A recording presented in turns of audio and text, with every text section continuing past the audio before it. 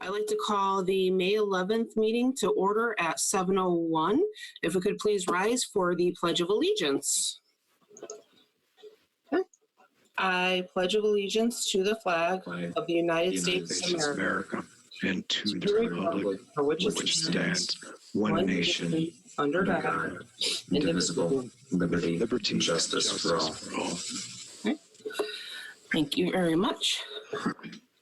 This is a special meeting, so we do not need the approval of the agenda as it cannot change. We will go down to C, the superintendent's report, and I will hand this off to Dr. Willett for graduation. Thank you. So just looking into who we've got here tonight, I'm seeing if Ms. Fox is in here. Ms. Fox, would you raise your hand if you are, since this is a long list? Let's see if we can pick you out from the group here. Just give it a minute. There she is. Okay. So what we're going to do tonight is we are going to start with a presentation from Ms. Fox. She's going to be presenting to you the survey information that was gleaned from the students when she put that out there. And then we'll be going through some of the graduation options that the team came up with and based on the information that was provided, and also information from the EHHD, which is Eastern Highland Health District, which is Tolland's health district, and the legal advice that we got on these various options, as well as some information that came out today. Again, just a quick statement for those of you, if anybody cannot get in, you can get this streaming from CVC live tonight too. So if I can, without further ado, get Ms. Fox unmuted here. Ms. Fox, are you, is your video, you can start that up? My video, but you are going to play the survey, correct? I am. I will drive the survey as you present. Just as a quick thing, can everybody see the presentation? Yes. Good, good. Is it big enough too? Yes, I can read it this time. All right. Okay. Fantastic. All right. So Ms. Fox, you want to start us off by guiding us through? Absolutely. Thank you, Dr. Willett. Dominique Fox, principal of Tolland High School, and I am going to start off by, oh, you want me to share my video? Sorry. No, it's okay. Oh, it's asking me to start my video. Yeah, you can do that if you want. I didn't know if you wanted us to stop. There you go. Good evening, everybody. As you can see that the survey, if you could go to the next page, Dr. Willett. Yep. Thank you. So originally I emailed the survey to our seniors using our listserv on Wednesday, April 22nd. And it was in a Google form. That was the format of the survey. There were 5 total questions on the survey. And then after about 4 days, I went through the list of all the seniors, and any senior who did not respond, I cross-checked the list of the seniors that we have and who responded. I resent the survey again to those seniors who didn't respond. And we got a pretty good response of 139 respondents out of 208 total seniors at the high school. Move on to the next page. First question, given the difficulty in terms of what we knew at the given time on Wednesday, April 22nd, the first question focused on asking our seniors whether they preferred a graduation ceremony be held on June 18th, which was the scheduled date for graduation, but in a creative manner, or a more traditional ceremony, one that they've seen probably in the past, that was held in the later summer months, if possible, or either option. So it did give the students a choice of selecting one, the other, or both if they were fine with it.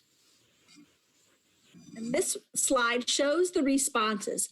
About 62% of the students, as you can see on the pie chart, preferred a more traditional graduation ceremony be held later on in the summer, okay?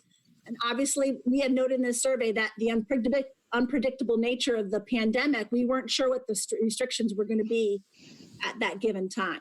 We've gotten a little bit more guidance, but still, there are some questions. 10.8% or 11% preferred the creative graduation ceremony held on Thursday, June 18th.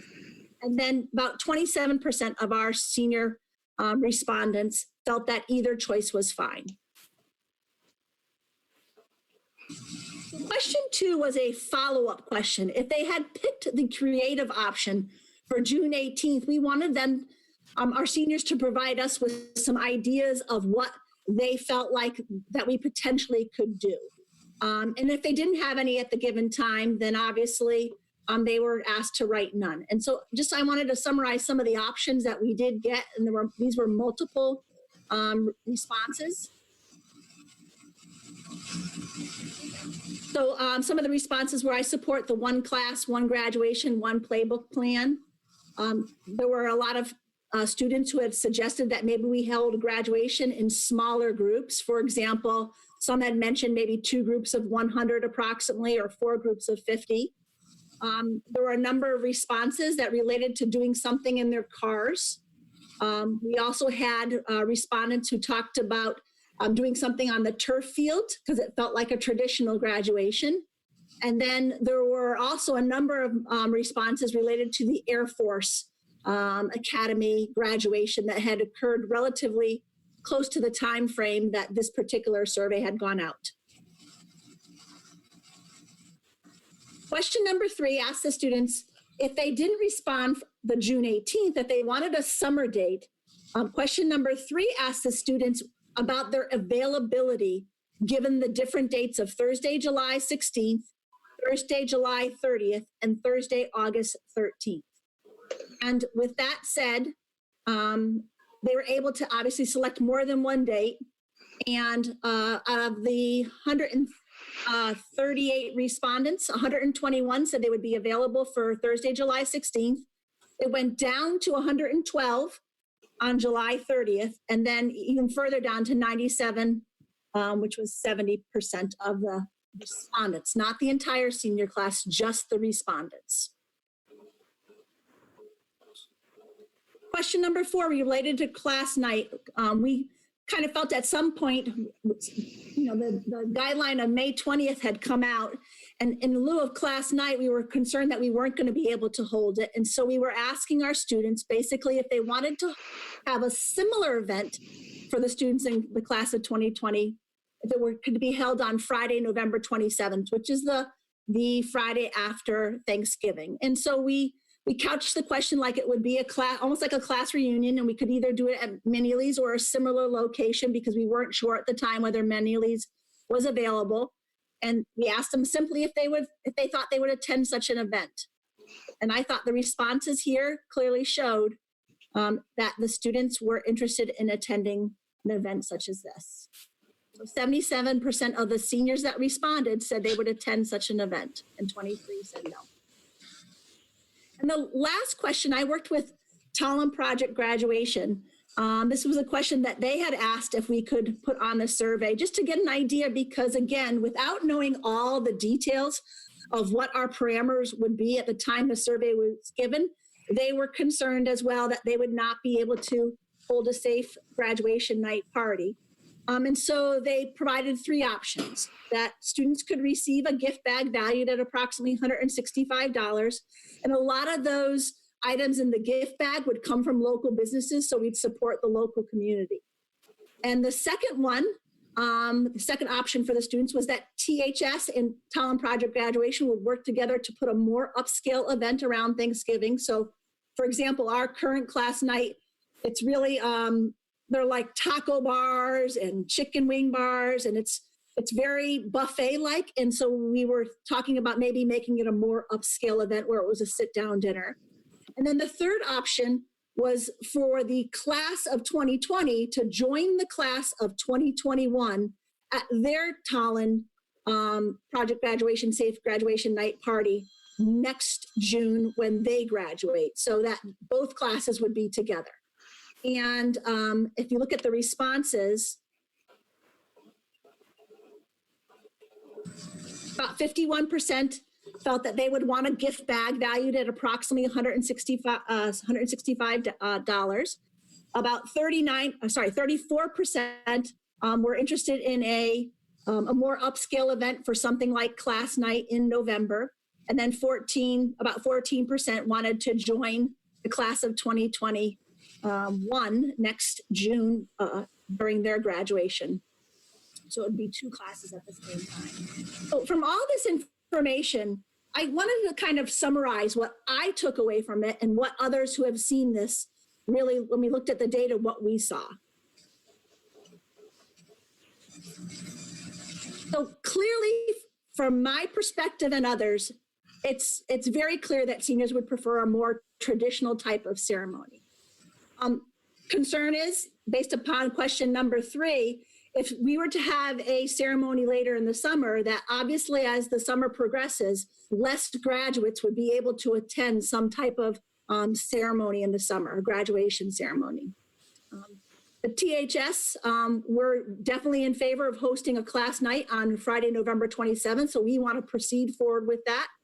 And then finally, that we suggested to Talent Project Graduation that they consider, based upon the data, using the idea of buying a gift bag with a lot of donations from the local organizations, gift cards, and so forth, in lieu of a safe graduation party. So those were our big takeaways. And now I'm going to turn it back over to Dr. Willett so that he can talk to you a little bit about the options.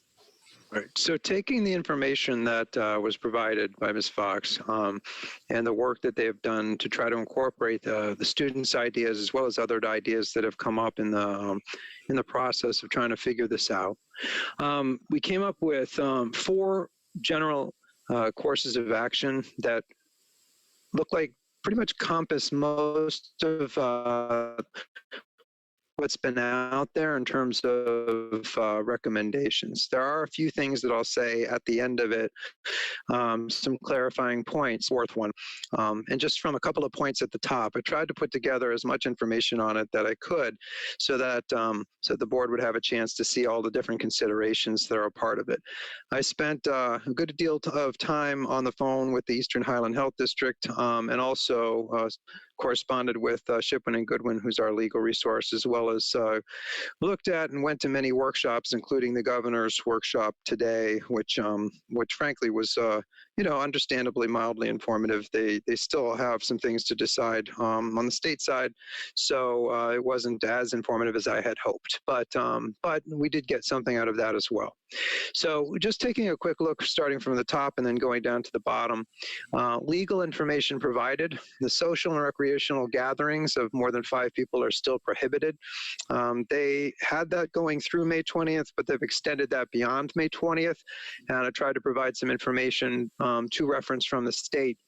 Executive 7 Order 7N, 7BB also, and then where they brought it farther and went past May 20th was in basically the FAQ, where they provide further guidance. And finally, information that was shared by EHHD with respect to asymptomatic populations was also something that would impact the decision-making here. So all of this information was provided. I also asked the EHHD for a statement, if I had one sentence that I could put out there for the board and for the community, what would that sentence be? And that sentence or portion of it was, heightened and undue risk risk to the health and well-being of the participants. Anything that has a high transmission activity poses a heightened and undue risk to the health and well-being of the participants. So that was what was desired to be communicated there.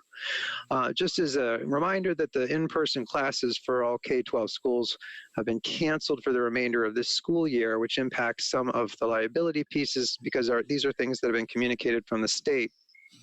I did throw in their interesting designation about summer camps because that gave me a little bit of hope, but when I asked for articulation on that, I was told that groups of 10 with a maximum size of 30 for certain camps would be the guide, and that you'd have to file with the state to have anything larger than that and have to demonstrate significant social spacing abilities to go beyond 30 children in a camp.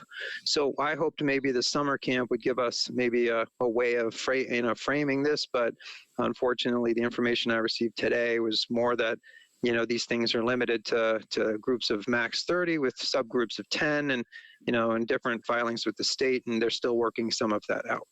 So as a priority, obviously our public safety is our number one priority. Nothing is worth doing if people are going to be significantly hurt by it. So that's got to be the number one thing that we think about.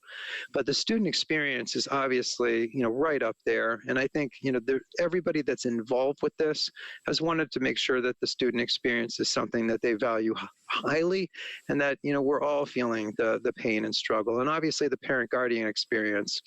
These are the top 3 priorities as we go through these options. And again, we tried to do this in a very comprehensive way, reaching out to the various controlling parties, whether it be the state or the health district or the legal resources, to try to get a full picture. So the first option is a virtual ceremony. This could be held on, or would be held on, June 18th. No rain date is needed for a virtual ceremony. Students will come in at a pre-scheduled date. There'll be an appointment for students. They would receive their diploma. Pictures would be taken. Parents and guardians can be there. Social distancing would have to be in effect, but there would be a picture of the student receiving their diploma, and they would be recorded doing so. And then speeches would be recorded or streamed, and other aspects of the graduation that are typical would be recorded or streamed. And on that date, at the given time, all of it would be tied together in a real-time stream of the graduation.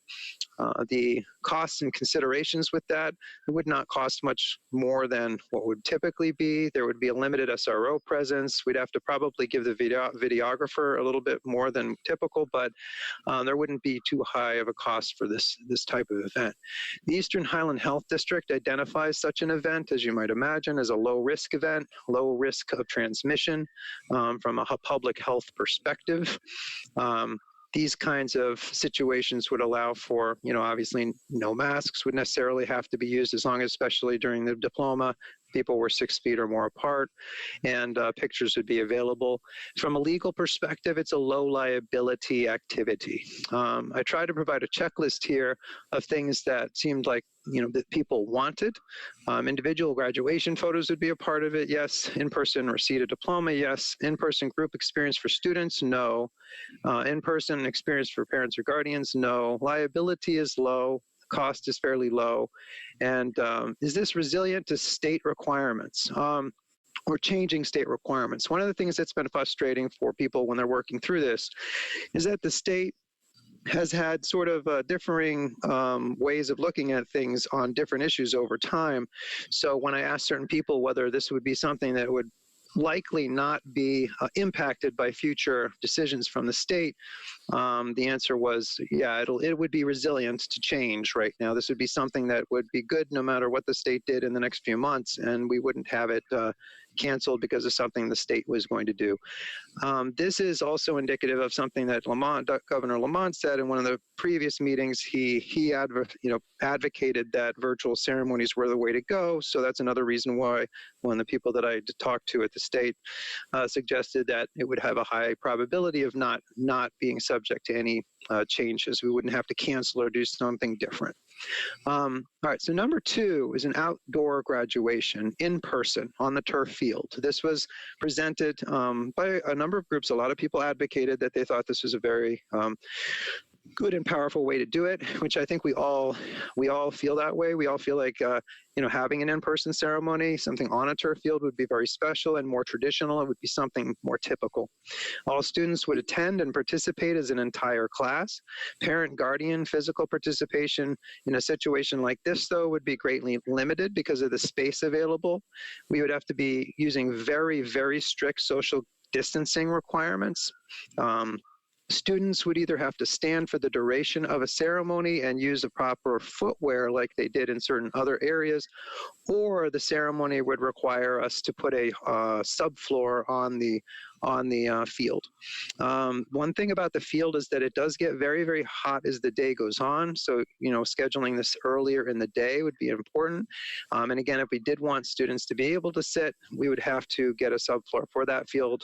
So considerations with respect to this ceremony could be June 18th with a rain date of June 19th. But there would be a considerable cost to putting a flooring in, or the students would have to stand. The flooring protects the turf field. As some of you probably know, that turf field is an artificial turf field. It has about $1 million price tag, so there are certain things we have to do very carefully to protect it.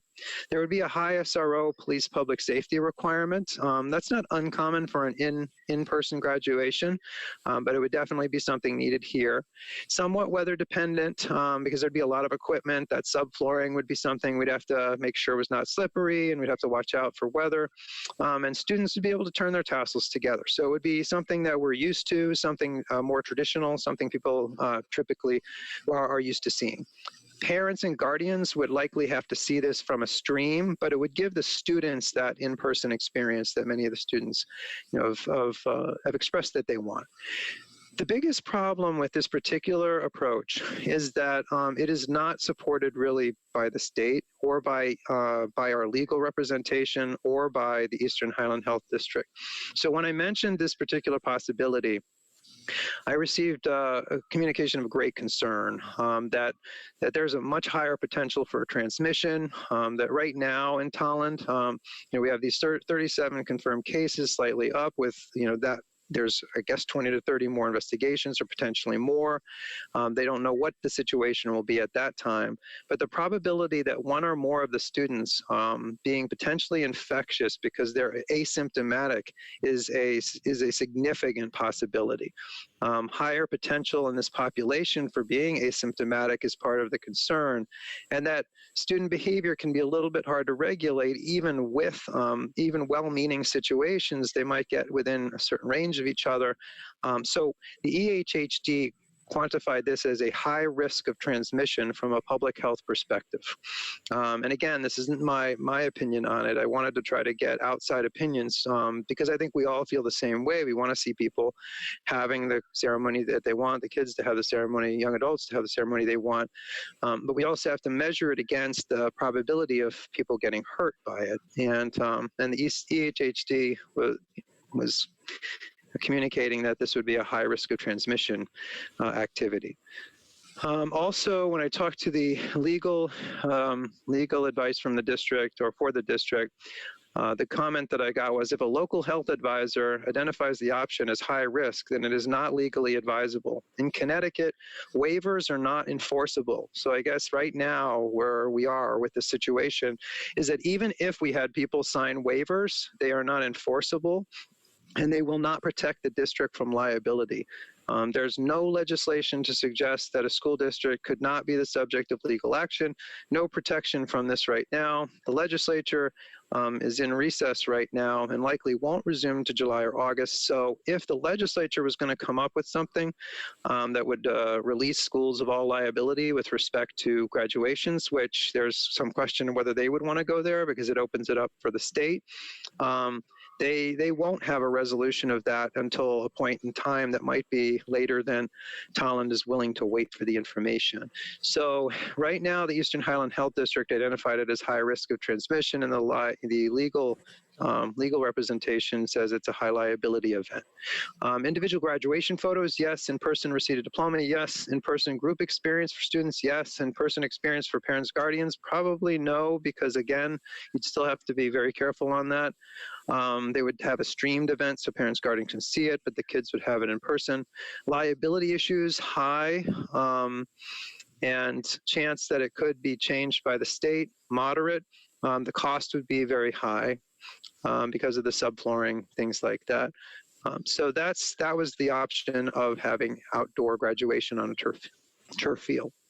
A third option is a split group in-person graduation. So the thought process here would be that it would be inside, which means it would be less subject to issues with weather, but that the split person graduation would split the population in two or more. There would be, perhaps, as an example, there would be an AM and a PM graduation. The auditorium or similar area would be set up so that there would be appropriate social distancing or social distancing to the greatest extent possible, and the situation be a little bit more traditional. So the kids would be able to turn their tassels. Young adults, they would be in the same place. Some of the considerations for it are that, it does require an SRO presence, again, public safety presence. It adheres to the requirements from the state right now. If we did it very, very carefully, a videographer could be a part of the picture and would probably have an extended time, so we would have to pay that person more. Again, back to the liability or the risk, however, when I asked the EHHD about this, even with the reduced size, the EHHD went back to the same statement about it, which is that there are a number of cases that the student population, a good portion of them could be asymptomatic. In Tallinn, there's a good probability right now that some of that population is asymptomatic. And so it was identified again as a high risk of transmission from a public health perspective. And again, because of that, liability-wise, it's the same legal advice from our legal advisor, which is that because it's a high risk of transmission event, it is a high liability event for the school district as well. So, and again, I keep talking about it in terms of sort of legal and health, but also, what plays in here are the moral implications of, if we're being told by a health district that it is a high liability or a high transmission event, that the chances that someone could be hurt by this are significant, or they're there, and out of a population of 100 people, if 5 are affected, those 5 could be affected very significantly, given the data on the COVID virus and things like that. So it's just something that arose with this option as well. Individual graduation photos, yes. In-person receipt of diploma, yes. In-person group experience from students, yes. In-person experience for parents, guardians, probably not, because again, social distancing, there probably wouldn't be enough room for that, but we would stream the event. Liability issues are still high. Cost is moderate or high because we'd have, set up public safety and others that were a necessary part of the event. Resilience to state changing requirements, moderate. It's a smaller group, but the state can always change its requirements, and the state does not so far recommend this course of action. Maybe something will change, but right now that's the case. And this date and time. So the next option is a vehicle graduation. This has been used in a couple of different places. Each graduate would attend graduation in a vehicle. There would be 1 vehicle per family, and right now I'm on number 4. I scrolled down to the bottom. Hopefully everybody can see that. The vehicle graduation would have, a vehicle occupied by family members of that student. The graduation would occur in the front parking lot of THS. Vehicles would be lined up in a pre-arranged spot, kind of matrix by alphabet, and there would be a large display device rented for the event, something like a Jumbotron, to use that term. We'd set it up so that attendees could view the ceremony from wherever they were in the parking lot, and similar to a drive-in movie experience, but a smaller screen. The ceremony would mirror a traditional graduation in as many ways as possible, with speakers. People would drive up for their diploma. They would get out. There would be a picture opportunity. They would take the diploma. They would socially distant picture opportunity while they took it, get back in their vehicle, drive back to the slot in which they were allotted, and it would go on in that manner. There are some logistical challenges to doing this. It could be June 18th. There could be a rain date of, say, June 19th. The logistics are obviously, if you have vehicles, you have to be careful about that and have very, very strict rules that people have to follow about where their spot is, when they pull out, when they drive up, and very strict traffic rules. There is some increased liability because you're dealing with vehicles. There's some equity issues if people don't have vehicles. The cost of the Jumbotron is $6,000. SRO police, there would be a cost to that, obviously. And safety requirements, we'd have to make sure things are safe. Kids could turn their tassels together, however, and have an in-person experience with their peers, and perhaps follow with a parade through town of some kind. But this would be a way that was looked at as having a quasi-traditional one, in that there's people, kids turning their tassels together, throwing their hats in the air, but that it had the elements of social distancing, and there was more of a control to people's physical space, so that they were less likely to get sick. So Eastern Highland Health District suggested that that if the receiving line where they get their diploma can be limited to 5 people or less or so, then that would be something that it would be considered a lower risk. That it is a higher risk of transmission than virtual, which is fairly obvious because almost anything that is in person is going to be higher than virtual, but that it is a lower risk of transmission than an in-person one, as described, say, on the auditorium one or on the turf field one. And that because of the natural separation that vehicles provide, it makes transmission less likely. And so the EHHD was more comfortable with this approach. In addition, there's higher liability, obviously, than virtual because there's, cars and people. But having said that, there's a lower liability than the outdoor event or even than the auditorium event because people are not congregating in a closed space with ventilation systems in auditorium, and they're not in a space outdoors in a large number. So it was looked at as having less liability than those other outdoor or in-person events would. Individual graduation photos, yes. In-person receipt of diploma, yes. In-person group experience for students, yes, vis-a-vis the car. In-person experience for parents and guardians, yes. In this case, the parents and guardians could attend in the same vehicle. Liability issues are moderate. They're not non-existent, but they're better than the in-person versions without the vehicles. And the costs relatively high because there'll be public safety, there'll be Jumbotron, there'll be things like that would have to be expended to manage the situation. But is it resilient to changing state requirements? Yes, it could be set, a date could be set, and it could happen regardless of if something changes. While the state has not yet provided its guidance about what might happen, it is kind of hedged on that a little bit. Indications are that some indications are that they might say something could happen in August in a controlled manner. However, what's also stated almost in the same breath is that there may be a resurgence of the virus somewhere around that time, that they don't have any control over that. They're not sure what that would entail. And because the legal people pointed out that the legislature won't be back in session until that June-July period, it's unlikely that we would have any more certainty from a legal standpoint about what liability that would pose or not. So these were the 4 options that that kind of came from what people had shared. And, at this point, just kind of open it for questions. From the standpoint of which one is recommended, when I talked to individuals involved, that vehicle one was one of the recommended options because it looked like it provided some of the in-person experience with less of the liability and less of the risk of transmission. So that's that. I listened to an hour-long thing from the state today that basically was an hour and said almost nothing. So I don't want to end it that way. For good or bad, for better or for worse, I wanted to end it with a recommendation. Based on what I see from the information provided at this moment in time, that vehicle graduation looks like it might be one of the most viable options for us. So, at that, just hand it over to Madam Chair to open it up for questions or any conversation. Perfect. What I would like to do is hear from our 2 senior moms on our board first. So, Griffin, you're in my box next to me. So. All right, I am unmuting.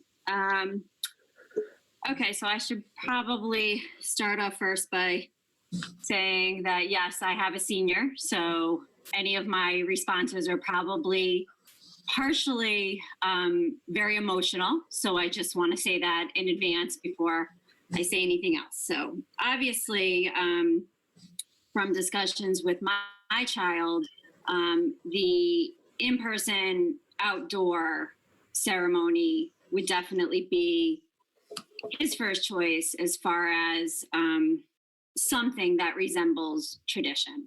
And one of the things I just kind of wanted to talk about was, as far as, that option,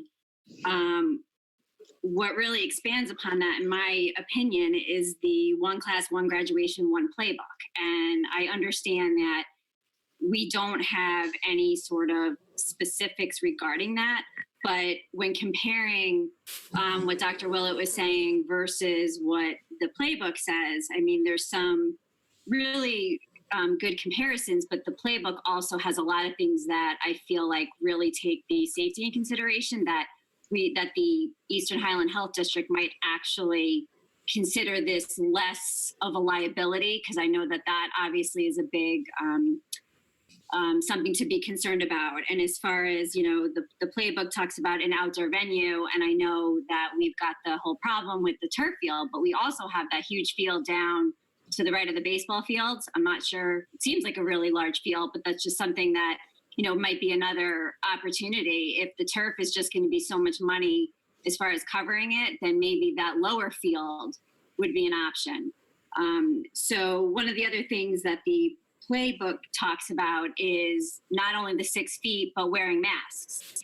And I mean, if that's something that that any of our kids could go into Big Y if they wanted to, wearing masks. So if we consider the outdoor ceremony with masks, with the 6 feet, with hand sanitizer, I know one of the other options in the playbook was to have temperatures taken. And at first I thought to myself, geez, that sounds like an awful lot of work. But then I actually thought back to the breathalyzer that we give the kids for prom. So is it kind of along the same lines? If we breathalyze 500 kids for prom, can we, take the temperature of potentially 600 people? Because that's the other thing that the playbook says is basically 2 guests with the graduating senior. So these are just some things that I just would hope that we could consider. And I understand that that the governor hasn't approved this yet, but I do think that he's looking at it. So I hope that we can leave this on the table as, looking at all the options. I appreciate all the work that was put into them. But again, I'm also speaking with my emotions, like I said, and to me, the in-person is the best one that I can see. And if we follow the rules, I really hope that we can make that happen for our seniors. So that's all I want to say. So Ashley, I will give up the floor. Thank you. Thank you, Christine. Karen, if we can unmute you. There you go. Okay, thank you. I just had a couple comments and then a question. I think, thank you, Dr. Willett and Principal Fox, for all that you did to prepare for this. I was going to say that, number 1 and number 4 certainly seem like reasonable options as far as considering a lot of the health risks here, especially with 200 plus 18-year-olds. I was going to ask, how is the vehicle option? Dr. Willett, you said something about they would be able to turn their tassels together. I'm assuming that would be in vehicle. Yeah, in vehicle, and then, throw them in the air kind of thing. I mean, obviously it's different than usual, but it was a situation where, it's not virtual. Everybody will see the hats, probably see them going into the air, and then we would have people with, gloves and the correct sanitation equipment to come around and gather those if somebody didn't, obviously through it. So it would have that kind of opportunity for the kids to have that same experience from the standpoint of physically seeing, others do that. But understandably, it's a little bit different. A little different, sure. And then I don't know if this is a possibility, if I like the virtual idea only because it's a video and something that students and families could have as a memento also if the whole thing is recorded. Yeah. And if that, in addition to a possible later modified version of graduation would be possible, only because we don't know. And I know the restrictions are so uncertain right now. Yeah, it's a difficult thing, and I think when I talk to them, I think all of us would like to see, this be the same as it has been. I mean, we don't want to rob the students of this, and I completely understand that. I think part of the problem is, every time I turned to look at this, even the temperatures, which I totally understand Ms. Griffin talking about, but you could take a temperature and somebody could be fine, and they would still be carrying this and would show no indication of it for a week or 2 weeks. And that's the problem, is that we're still dead center in, this virus being a part of our community and potentially causing great harm. And that's why, that was something that we talked about. It had, I asked a lot of questions about the parameters of this, and, I kept getting back, and, that they're just, those in-person options are high risk options, and it would result in people getting hurt. And that was something that's why I really, listening to all that, I feel like rather than sit on the fence about this, and this is what I hated most, or not hate's a strong word, but in the meetings I've been in, the fence sitting is the hardest thing with this, people not giving us hard advice. And so I really did try to find the information, find the hard, the advice, straight advice, no matter what, whether good, bad, straight advice. And so, what I got for that straight advice, has me feeling that, that if we are going to do anything other than number 1 or 4, we are going to have to accept that people will get sick and hurt. Are we willing to accept that someone, could get sick, hurt, or die because we chose 1 or 4? And that's the impression that I've been left with, is that that's the choice we're making. That if we do not take the lower risk options, we are accepting that we are actually contributing to somebody's, to a family being harmed. And that's why I just, after all the looking into it, I felt like I need to come out with some kind of definitive statement about the ones that, would appear to be, the ones that would be less likely to hurt the community in some way. No, I understand. And my reason in bringing that up is that the virtual option we still have, if you have to not do or cancel something planned in July. I do want to be considerate of every student, because especially having something around the typical graduation date allows those that might have to leave for the military the opportunity to be with their class and go through the experience. So I do want to be cognizant of that. And I know we're not talking about August, and that really wasn't an option, but there are kids going south that do have to leave and prepare earlier for that. That was one of the things that we did get back, and Ms. Fox probably commented that about 30, there were a number of students that would not be able to participate if it were in August, which is another kind of bugaboo there, that a significant chunk would not be able to do that, which means that, A, we're taking a chance on that date, B, we're not really getting a lot of information that suggests things will be free and clear at that time. It's very unclear. And C, there'd be a group that wouldn't be able to participate. So it's a tough situation, and really is a tough situation. So in the essence of most safety and health, I do like 1 and 4 personally. I don't have anything for my child. Okay. Thank you, Karen. Do you have anything else, or you're all set for now? No, I'm good. Yeah. Okay. Thank Perfect. Rini, you're up next. You're on the. I had a couple of questions for Dr. Willett on number 4.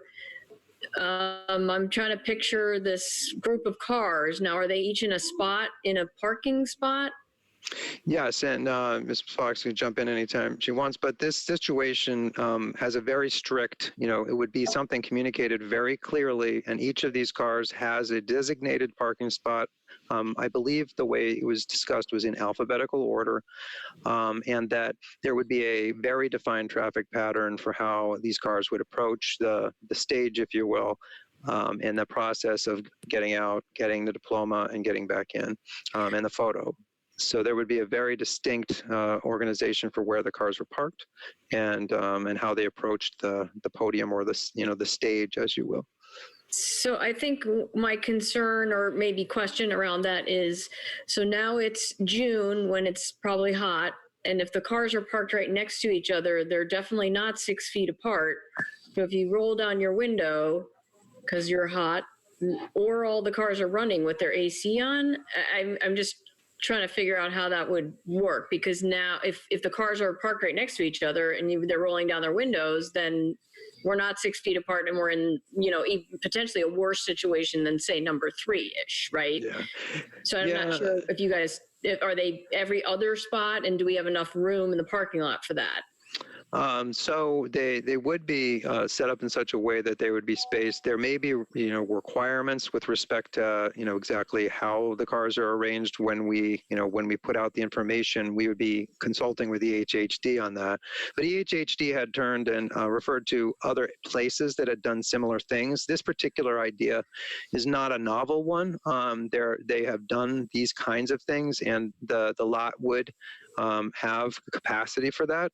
Ms. Fox, did you want to make any comment at all about that? Yeah, we actually, we've done a lot of measuring of the gymnasium, the auditorium, the parking lots, as much as what you can think. And if you actually face the way the cars normally face, it doesn't work that way. You would have to face the front of the school. So the cars would be lined up. They'd be given numbers when the students give their caps or when they get their caps and gowns. So it actually, like the Jumbotron, would be at the front of the school, but more towards the academic wing, and cars would face in that direction. So they would lead up into almost into the alleys. And so naturally the front of a car, where you are in the car, is going to be about 6 to 8 feet at least, because our parking spots are 8 feet long. So there should still be that social distancing. But you're absolutely right about that. If it's obviously hot, then the engines and air conditioning and so forth. Right. So one last question then, and just because Ms. Griffin brought it up, if the kids were wearing masks in the in-person one, does that not, really ratchet down the safety factor? If they're all 6 feet apart where they're sitting or however that's happening, and they all had masks on in addition, would that not mitigate kind of enough of or at least lower the risk from being high? I don't know, I'm asking. Yeah, apparently not. And it's largely because and I can only, there's a couple of, things that I would surmise here. That N95 masks are the kind that actually would, prevent people in situations that were in close proximity to someone else from getting sick. The other masks have certain levels of effectiveness depending on exactly what you're wearing and who's wearing what. But when I did mention that, the issue is more that you have so many people concentrated, regardless of the attempt to keep them separated, it is well beyond what the recommendations are for concentrations of people. And that's where I think that was the line that, that was drawn, and kind of these kinds of things exceed.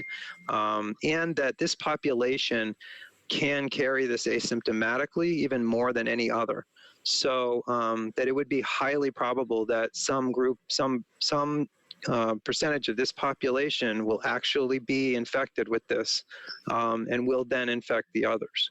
So, and they will carry it back to their homes. And that's what kept coming back up is, regardless of the situation, high concentration of people would mean that, unless you're truly in a surgical environment with all kinds of equipment, that you're going to be in a situation where this will be transferred to others in the population asymptomatically, and that others that are not going to, that population that are not as, that are more vulnerable than that population will then receive it by the family. So we couldn't get away from that. That's why the state and that's why these groups are so unwilling to sort of just say, go ahead, because it would be way more politically palatable and far easier just to say, yeah, go ahead and do that. But I think the reason they're not keeps centering around the fact that this is a highly contagious virus, and that that these kind of concentrations of people have been shown to be hotbeds of how this gets transferred. So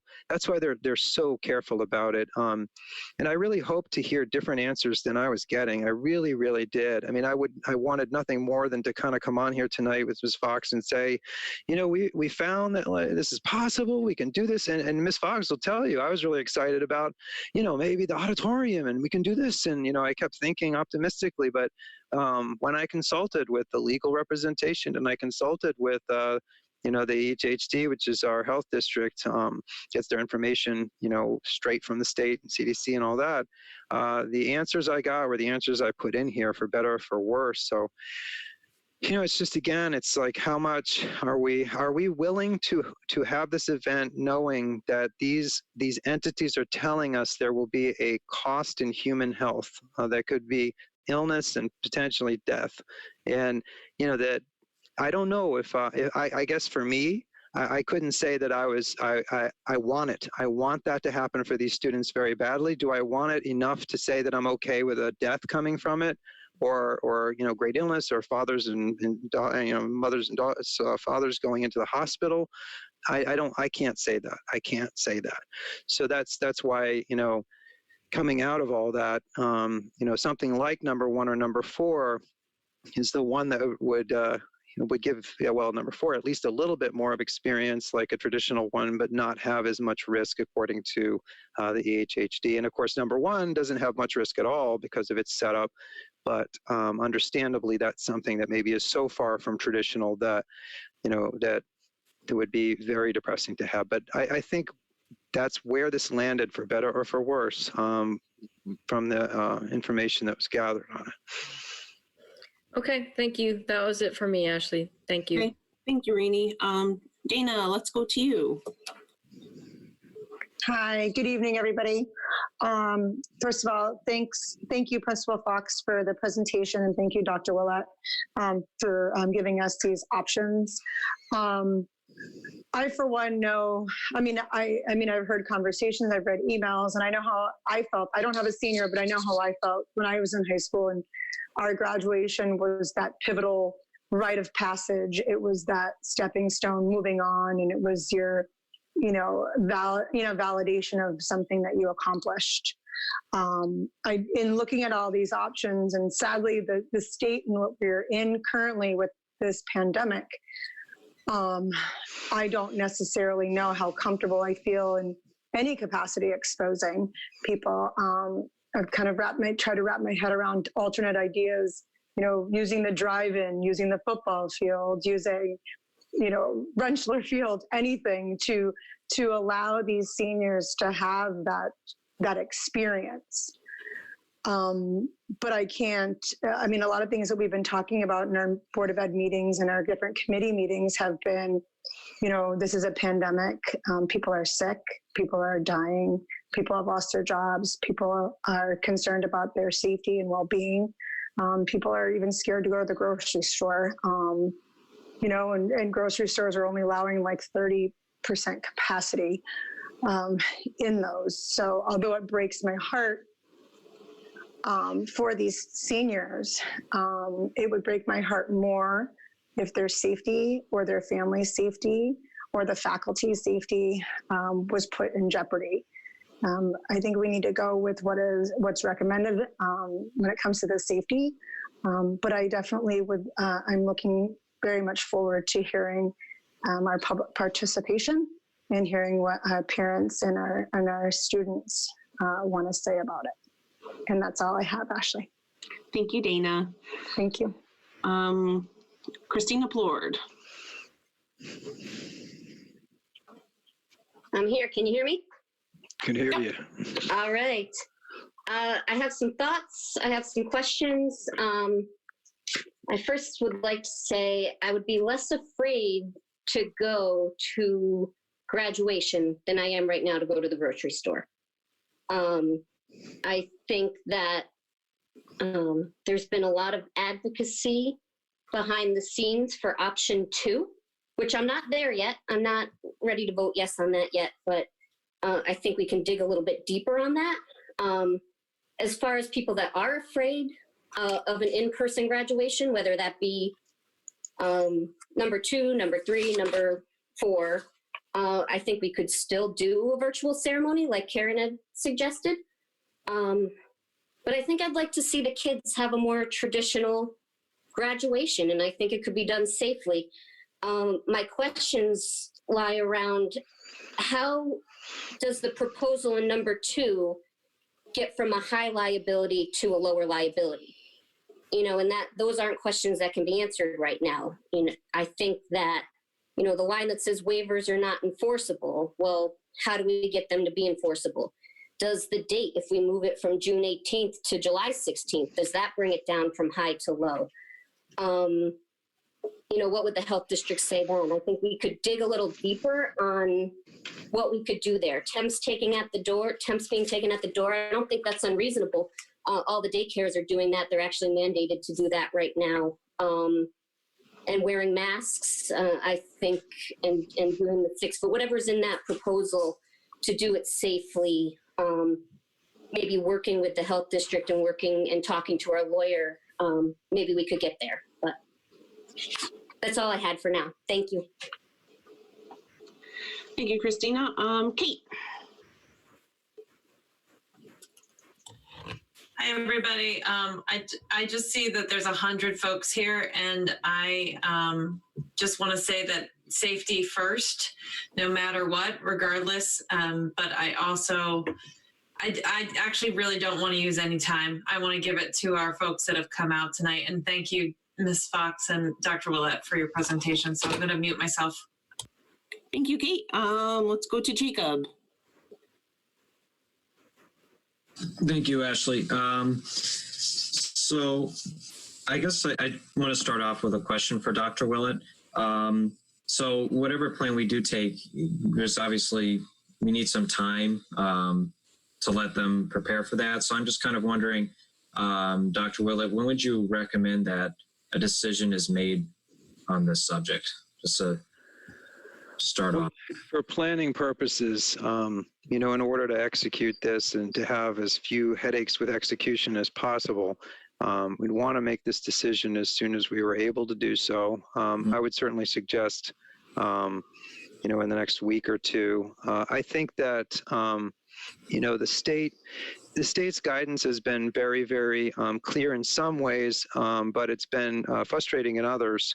And I think there's a possibility that, you know, if you're not choosing one that has a chance of transcending some of the state's variability, that people could be additionally frustrated by that if something gets changed later down the line.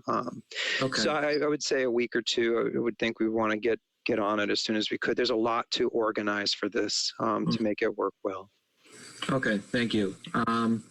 So with that said, I get the concern about liability, and I definitely do want to protect our school from any sort of legal action. And even if nobody got sick, I know it would be a big deal if it would definitely impact our schools negatively if there was some sort of legal action. That I do feel for the students, though. Looking at that survey, a lot of them do want that traditional graduation. Because of that, I kind of agree with Christina that I would like to look into doing maybe something like so the number 2, but maybe like on July 13th, I think was the day that most people were available. And I know some kids are not available for that time. I was also thinking that maybe for that we could try to combine some sort of pre-recorded things for those kids. I do feel that traditional experience is important, and I know that there are some pieces to be worked out with that, but if at all possible, I'm kind of leaning towards that. That's all I have to say. Okay, thank you, Jacob. Tony. Can you hear me, Madam Chair? Yes. Okay, thank you. You know, and Dr. Willett and Principal Fox, as everyone has said, thank you for the thought that obviously went into each of these options. The data and the concern comes through, and I sincerely appreciate that. I think it goes without saying that none of us wants to put our friends, our neighbors, our family members in danger. You know, that's a given. But on the same note, I sat down at dinner today and asked my son, who is not a senior, so I won't put myself in Karen or Christine's place, but I asked him what he thought and, what would be important in the graduation from him.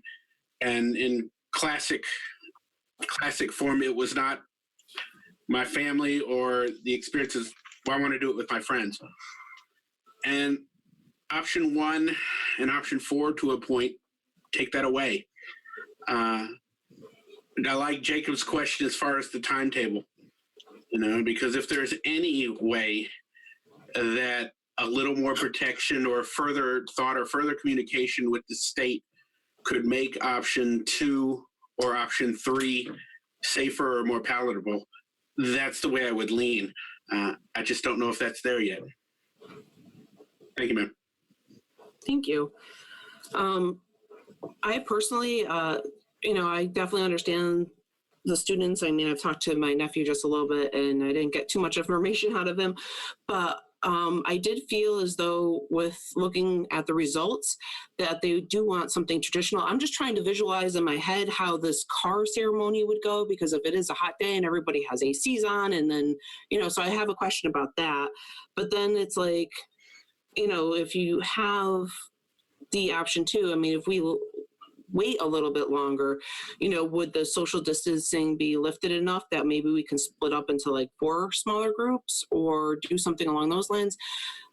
I don't know what the answer is, and I don't know what the timelines are, and I don't know, but we do have to keep everyone safe at the end of the day. So I'm not sure what that answer is, but I would definitely like to move on to the public participation since we have so many members available.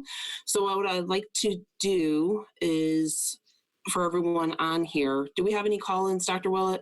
I didn't look. As I'm looking, it's hard to tell, but I see some numbers. Just *9 if you're calling in to raise your hand. Ms. Fox's hand is up so that she was at the top so that we could look at, so I could identify her. So right now, I think what you're looking at, other than the board members, are people who do want to speak for public participation. Okay, perfect. And yeah. Can I just suggest, for the sake of brevity and so that you guys can find folks quickly on a lot of these calls, those board members maybe take your hands down for now? Good idea, Kate. Thanks, Prince. Perfect. Okay, and then we will also, once I call on your name, I just saw one that was on there that just jumped, was that Eric. I wanted to hear from him. But when I do call on you, if you could list your name and your address, and you do have 2 minutes to speak, and Tony is our timer, and he will raise his hand and let you know when there's 30 seconds left so that we can continue on to make sure we get everyone's thoughts through. So, Eric, I know you had sent a email and you had your hand up, but your hand, is it still up? It's still up, Ashley, yes. Perfect. So I would like to go and click on the Eric person first and let him have his 2 minutes, and we should be all set. Okay.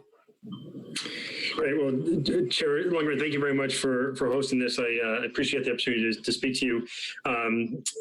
My daughter's a senior in Tallinn this year, and obviously been going through a lot of the trials and tribulations that the seniors are going through and the things that have been taken away during their year, and I appreciate this. I'm also one of the groups, or one of the people that are organizing the Connecticut High School, the one graduation, the one Connecticut organization, with a couple of our members across the state. And I think it's important to, I would certainly be in favor of option 2 of an in-person graduation. I know in speaking with my daughter and speaking with her friends, the kids want nothing more than having a somewhat of a traditional experience for graduation and being able to have that experience, that the one experience I think that's left in their high school careers before they go on to a post-secondary school or the military or something else that's in their futures. And I think that's important. What the group that we've been involved with, actually, as of this afternoon at 3:30, had a meeting with the Department of Education, and there's a meeting with Commissioner Cardona that I think will be taking place within the week. So we are hopeful that obviously the proposal that we put out there, none of that can happen unless the governor waives the restrictions on large group gatherings. So if the governor doesn't waive that, then that option is off the table altogether. But if the governor does lift that restriction, then we would certainly be in favor of trying to keep a somewhat of a semblance of an in-person graduation for the high school students. The day camp, the summer camps are going back into session on June 22nd or June 29th. 32nd. And we would hope that we could accommodate that in those same things. I think that the field, the lower field, where the soccer and lacrosse plays, is a viable option and not having to damage the turf field. And we just hope that the Board of Education will, if the government does lift this restriction, that you will take this into consideration and allow for an in-person graduation ceremony with all the protective situations, because there's nothing that we want to do to damage anybody or hurt anybody. Thank you. Eric, did you list your address? I don't know. I don't remember if I heard that. Yes, my daughter's at 28 Shores Drive. Perfect. Thank you. Thank you. Okay, let's go to Amy R next. And just a reminder, you have to just state your name and address so the clerk can write that down. So.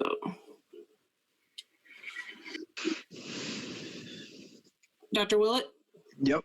If you could get Amy R. Sure. Let me unmuted. see what I can do here. Miss R. Yep. Miss R, you should be good.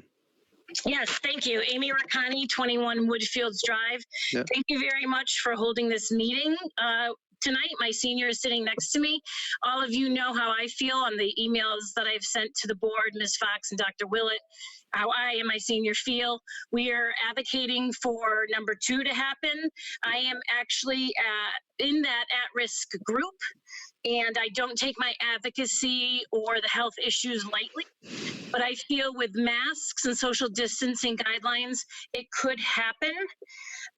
If we are so concerned or just caught up, and I'm truly not minimizing them, with liability issues, I'm not even seeing how school could reopen in August, if that's what we are most concerned about. And again, I'm not minimizing them. I think other fields could be considered. I think that what I would suggest is that a task force be formed now so that we could wait for Governor Lamont to clarify his guidelines. And this task force most certainly, first and foremost, must include students, parents, staff members, Board of Ed, admins, etc. I think we can have more than one option, have maybe 4 options, similar to the ones you suggested, and have them in place ready to go, not decide on one today. Please, we all beg you, please wait. Wait until Mike Riccio meets with Commissioner Cardona at the end of the week. Wait until Governor Lamont. Let's see what happens after May 20th. I know we have to have some concrete 30 seconds. in place, but nothing definitive, please.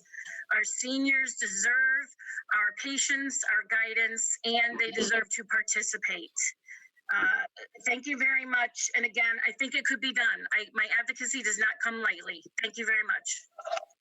Thank you, Amy. And once you guys talk, if you could just lower your hand so that we can just keep on having the people pop up on top. Oh. And I had Zongetti was. Ms. Zongetti just bounced out. Whoever, Mr. or Ms. Zongetti, if you raise your hand again. They were there, but as soon as I went to go call them, they just Oh, disappeared. they're there. They're still there. Ms. Zongetti, you want to go to Mr. or Mrs. Zongetti? Yes. Okay, let's go. They should be able to speak now. Okay. Are you? So they are not muted. Okay. So, Mr. or Mrs. Zongetti, you should be okay to go. We're not hearing you if you are saying anything. Maybe we should move on and then come back. Let's go to the next. Okay. Let's make sure that we keep muting whoever just talked to. I saw that Amy was not. She was still open, so if we can just make sure we're unmuting as we go along. Okay, let's do Jonathan Dos Santos. Okay. If you could just make sure you put your name and your address, please. Hi, so I'm Jonathan Dos Santos at 25 Merlot Way. I'm a former alumni of Tallinn High School. I'm in my second year at UConn, and I think I can just bring some interesting perspectives to this whole conversation, being as my sister just graduated from UMass the other day, and my mom is a nurse, and so my aunt just had her dad die because of COVID, and it just came out of nowhere. Me and my mother are going in to be tested tomorrow because we potentially had it earlier in around February, March. And what's been going on at UConn is the president's been doing an excellent job, and he decided that what is going to be done is that, so the seniors had their commencement already, and then they may or may not be able to pull off a graduation this year in person, but they are definitely trying to for the future. So what I might advise, due to how awful this virus is and how quickly it spreads, and I'll get into that in a little bit, is have an online graduation because it's so low budget. Just have it so that everyone can at least attend one graduation, no matter the format, and maybe down the road be able to figure something out. Like someone mentioned having one next year with the graduates. So that way everyone gets the graduation, and then whoever can attend can potentially get that experience. As far as how fast this virus spreads, I know, Dr. Willett, you mentioned earlier how N95 masks are the only one that can truly protect it. But it's only, thank you. It's not only N95 masks that are protecting it. My mother at work is wearing that. They're low. They barely have any left. They're also placing the COVID patients in negative pressure rooms, wearing full suits. And it's a very much higher level of protection than just a mask. It can spread other than masks. So that's all the perspective I want to bring. Thank you very much, Jonathan. Let's go to the next caller. And let me just remind, students can talk. Anybody that's on here, feel free to raise your hand so that we can hear. Once again, I'm just going to keep going down the list, but just so that everyone knows, just your name and then your address as well. So let's go to Tamara.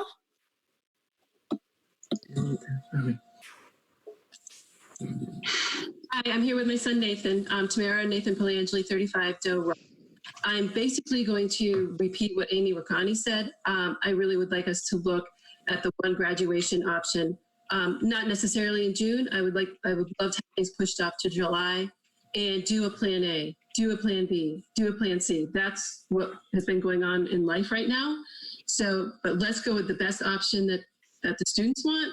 And if it doesn't work, then let's go to plan B. Then let's go to plan 3.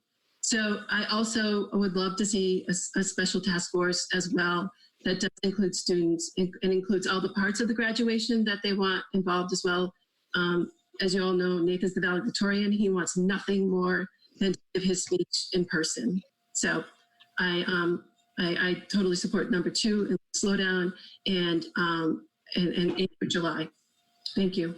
Whoops, Nathan. So yeah, obviously, as she said, speaking has been a very important part to me for graduation. It's something I look forward to, and I feel like it would be more impactful and meaningful if we were all together in person. And I know that's what we want, is to be together, because that feeling of the last memory that our class will have together, being this graduation and moving on with our lives, is very important to us. So another thing is that there are a lot of other options for fields, like they were saying, the lower lacrosse field. I know Cross Farms also has a very nice open field that would probably be able to be used for this. So there are a lot of things we can kind of look into instead of jumping the gun on decisions. Thank you very much and congratulations. Let's go to the next is Fisher. Oh my. Let's get him unmuted. There we go. Hello, Fisher Thompson, 533 Buff Cap Road. As student representative to the Board of Education, I spoke with many students, and one concern they had in respect to the survey was, why is the choice of dates so limited? Only a few Thursdays? Among other unrelated to the survey were, will NHS members receive cowls and or cords? Will student leaders still have speeches? I understand not all of these questions may be answered now, but as making students' voices heard is my civic and ethical duty, I'm still going to ask them. Sorry. We must remember that once the school year is over, social emotional learning does not end. Graduation is the most dignified, decorous, wholly positive event in most students' lives so far, and for many, ever. It's behoove a community to prove it will stand strong through adversity. And this community has made it very clear they would rather a delayed, safe, in-person ceremony than no in-person ceremony at all. Not a delayed ceremony in June, not a delayed ceremony in July, not a delayed ceremony in August. As Secretary of Tolland High School Student Council, who organized Mental Health Week for the week we were first out of school, I know what postponed indefinitely means.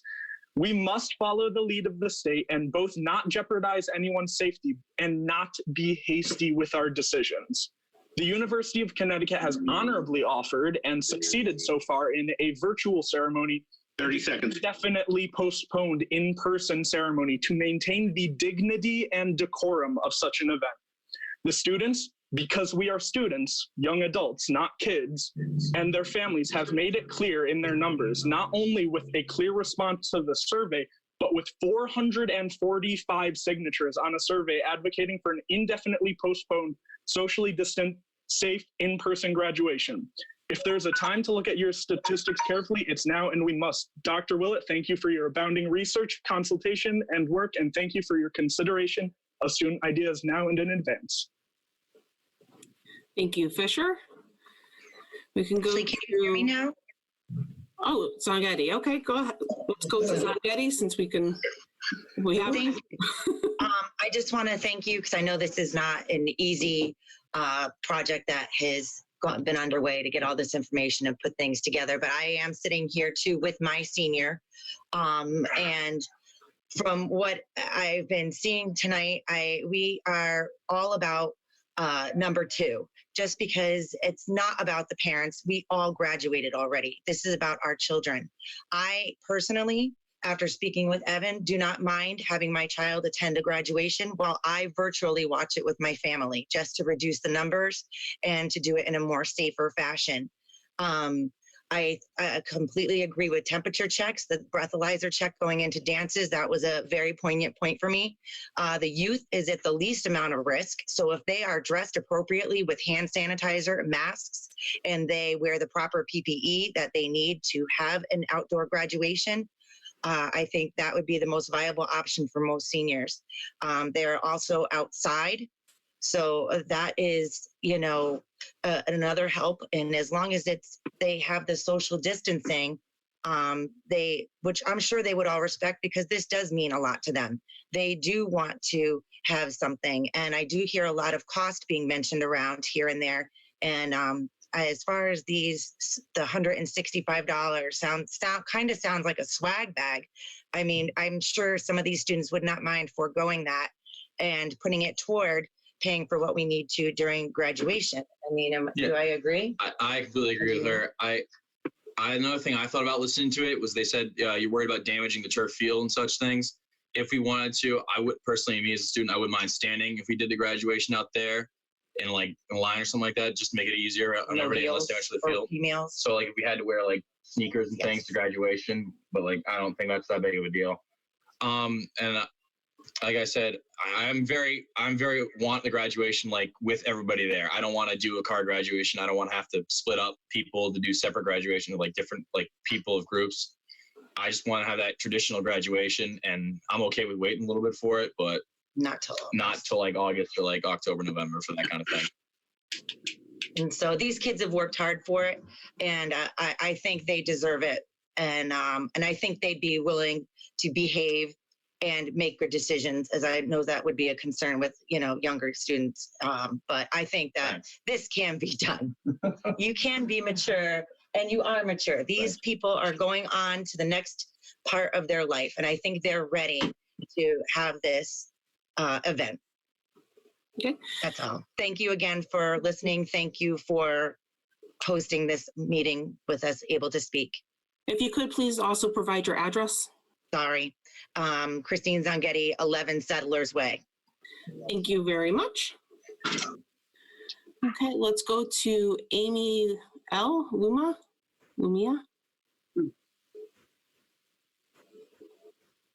Whoops. Okay. Okay. It's actually Donna Lumia, 93 Williams Way. I'm Amy's mother, and Amy is a senior this year.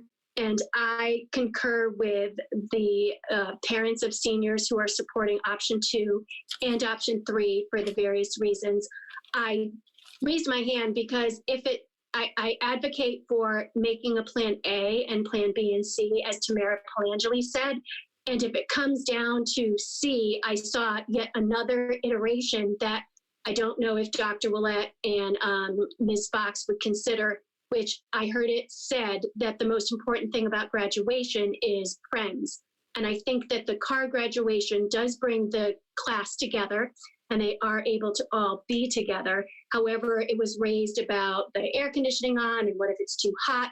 An iteration I saw was that you could do the virtual graduation, number 1, record it, and then bring the class together in some sort of car ceremony where they're all watching it together on a Zoomtron or some other format together as one, and they could turn their tassels together as one class at that time and celebrate in that venue.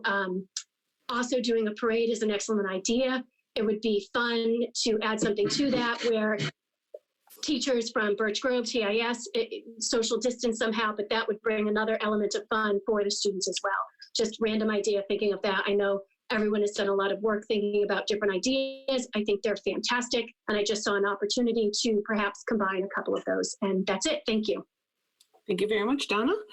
If we can go to Cody Gagnon. Hi, thank you to everyone involved with the Board of Education tonight for allowing us to have this meeting. Obviously, this is a very difficult time on what all of us are experiencing. And to those in the class of 2020, I miss you all very much. Looking at the options of what Dr. Willett has showed us, everyone wants, I would have to go with option 2 to have the outdoor graduation. Because what Nathan Polangeli said, we need, we just need that one last memory of our high school experience. And I understand the risks of having options 1 and 4 as the more safer options. But I feel like that if we don't have our outdoor graduation, people are going to be very bummed out about it. And we don't want to have any negative responses. We all want to stay positive. Obviously, it's hard to stay positive during these times, but we just got to do our best and, keep pushing along. And what Ms. Griffin said, if we can't do it on the turf, then we can do it. We can certainly do it on the field that's next to the baseball field. Despite the fact that in the summertime it does get hot on the turf. I've been a counselor for the Talent Youth Running Camp, and I understand how that can be. So that's all I have to say. Just hopefully we have option 2 in consideration if Governor Lamont approves of this. So thank you. Thank you very much. Oh, Cody, I do need an address. Oh yeah, sorry. I'm on 69 Angela Drive. Perfect. Thank you. No problem. If we could go to the Jollies. Hi, all right. Can you hear me? Yes, if you could all state right. your name and All right, address, cool. that would be great. All right, so my name is Mason Jolly. I live on 662 Merrill Road. My mother is in the background here with me. She's not able to appear on camera right now, but we are definitely advocates for the one graduation plan. We want to be able to graduate as a class. This has been something that's 12 years of school in the making. This is something that's really important to us as seniors. And seeing that we have the space and the fields and the opportunities, I think it'd be a feasible idea. I think it's very trivial problem with the turf field, the damage, because there's some very easy sanctions or regulations that could be put in place that would completely counteract it. We wouldn't need chairs. We could easily stand. For those who would need to sit, there's bleachers on the field that do not cause any damage. Sneakers wouldn't be an issue. And even then, even if that is an issue where we don't have enough space on the turf field, I would like to reiterate what Mr. Zongetti said in the fact that we could use the lacrosse fields or the practice field for the football team. Both of these would be viable options. I do not support the in-car graduation. I think it is a little bit over the top. It might be a necessity considering the fact that the governor has not allowed for larger meetings than 5 people, but I think that should be a last case scenario, last resort. I don't think it's fair. 30 seconds. But I would like to see us graduate as a class and turn our tassels together in person, even if that requires masks or maybe sneakers or some informal attire, because that's a sacrifice I think many of us would be willing to make. Thank you for your time. Thank you very much, Mason. Let's go to Wendy Bond. And I just want to say once again, if you could state your name and then address. Yes. Hi, I'm Wendy Bond, and I'm on 11 Elizabeth Lane. And I am the mom of a senior. And thank you, Dr. Willett and the board, for taking the time to hear all of our parents and seniors' concerns in regards to graduation. We are in support of option 2. I myself am in a high-risk category, and I understand the options, and I respect and appreciate the thoughtfulness of people's health, but we are for one graduation. This is a one-shot deal for these seniors. This is the only opportunity that many of them have to be with their friends for graduation. It's a milestone. They worked very hard for this. I do believe that a task force would be very helpful to come up with several game plans, game A, B, or C. And there can be appropriate precautions taken. I mean, these guys want this. And we, as supporters of the class of 2020, need to support these folks as best we can. I mean, this is one graduation. If you all go back to your own graduation and remember it, it's the most memorable time that you've had. So I'm in very much of support of option 2. And, you know, if we have to wait a little bit later than June, July would be great. But remember, a lot of these seniors, once they go to college, they've already turned the page. Thank you. Thank you very much, Wendy. If we can go to the caller at 1-860-875-9212. And once again, if you could just state your name and address, please. Hi, my name is Carla Bliss. Can you hear me? Yes. Perfect. So my daughter is Emily Bliss, and we are in favor of number 2 as well. I do realize that these are times of sadness for all of us and risk for all of us. We face it at our work, and we face it, every one of us faces it when we go to the grocery stores, when we go to Target, when we go to Lowe's, when we go to Home Depot. All these places have the occupancy of pretty close to what a graduation would have for people that are going to these places. Yet we have not allowed our graduates to commence with social distancing. The Air Force was allowed a commencement at the height of the pandemic. It is a positive sign that hair salons are going to be reopening, even though they service their customers at a very close proximity.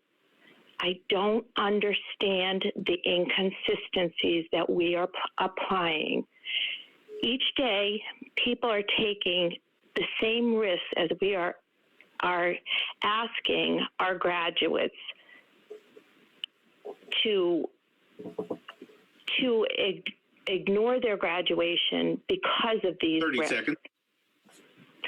Seniors are facing uncertainties as their first semesters of college in the fall online. Virtual college orientations are happening. Loss of support and saying goodbye to their peers. Loss of prom, senior activities. Some are having unbelievable pressures due to parents losing jobs and businesses. This is not a time that we want to take more away from our seniors. It's a mental health concern, just as the risk of losing people is a concern. Thank you. Thank you very much. If we can go to Sinica. Hi everyone. My name is Sonika Coley. I'm from 66 Sugar Hill Road. I would first of all like to thank you, Dr. Willett and Ms. Fox, for setting this up. This kind of open discussion is exactly what we need to enable us to come to a decision that is fair to everyone involved. I will keep this short because many of my peers have expressed exactly what I feel.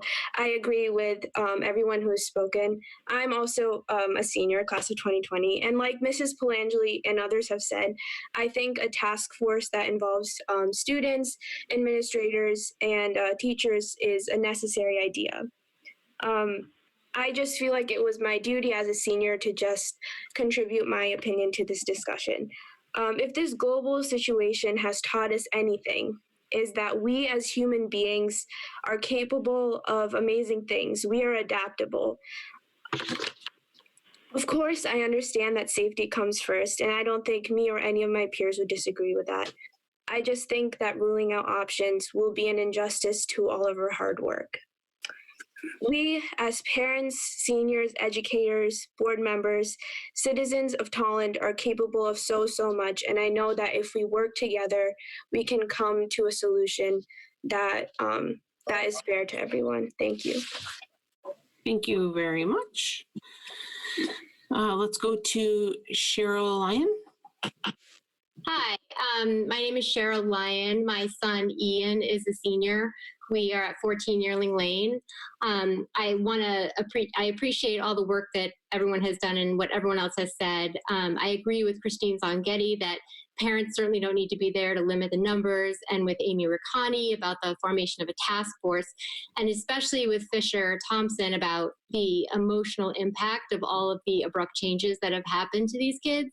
And my question is, thank you, Dr. Willett, for all the work that you've put in and all the research, but I'm wondering why we're limiting ourselves to the 4 options here as they're written.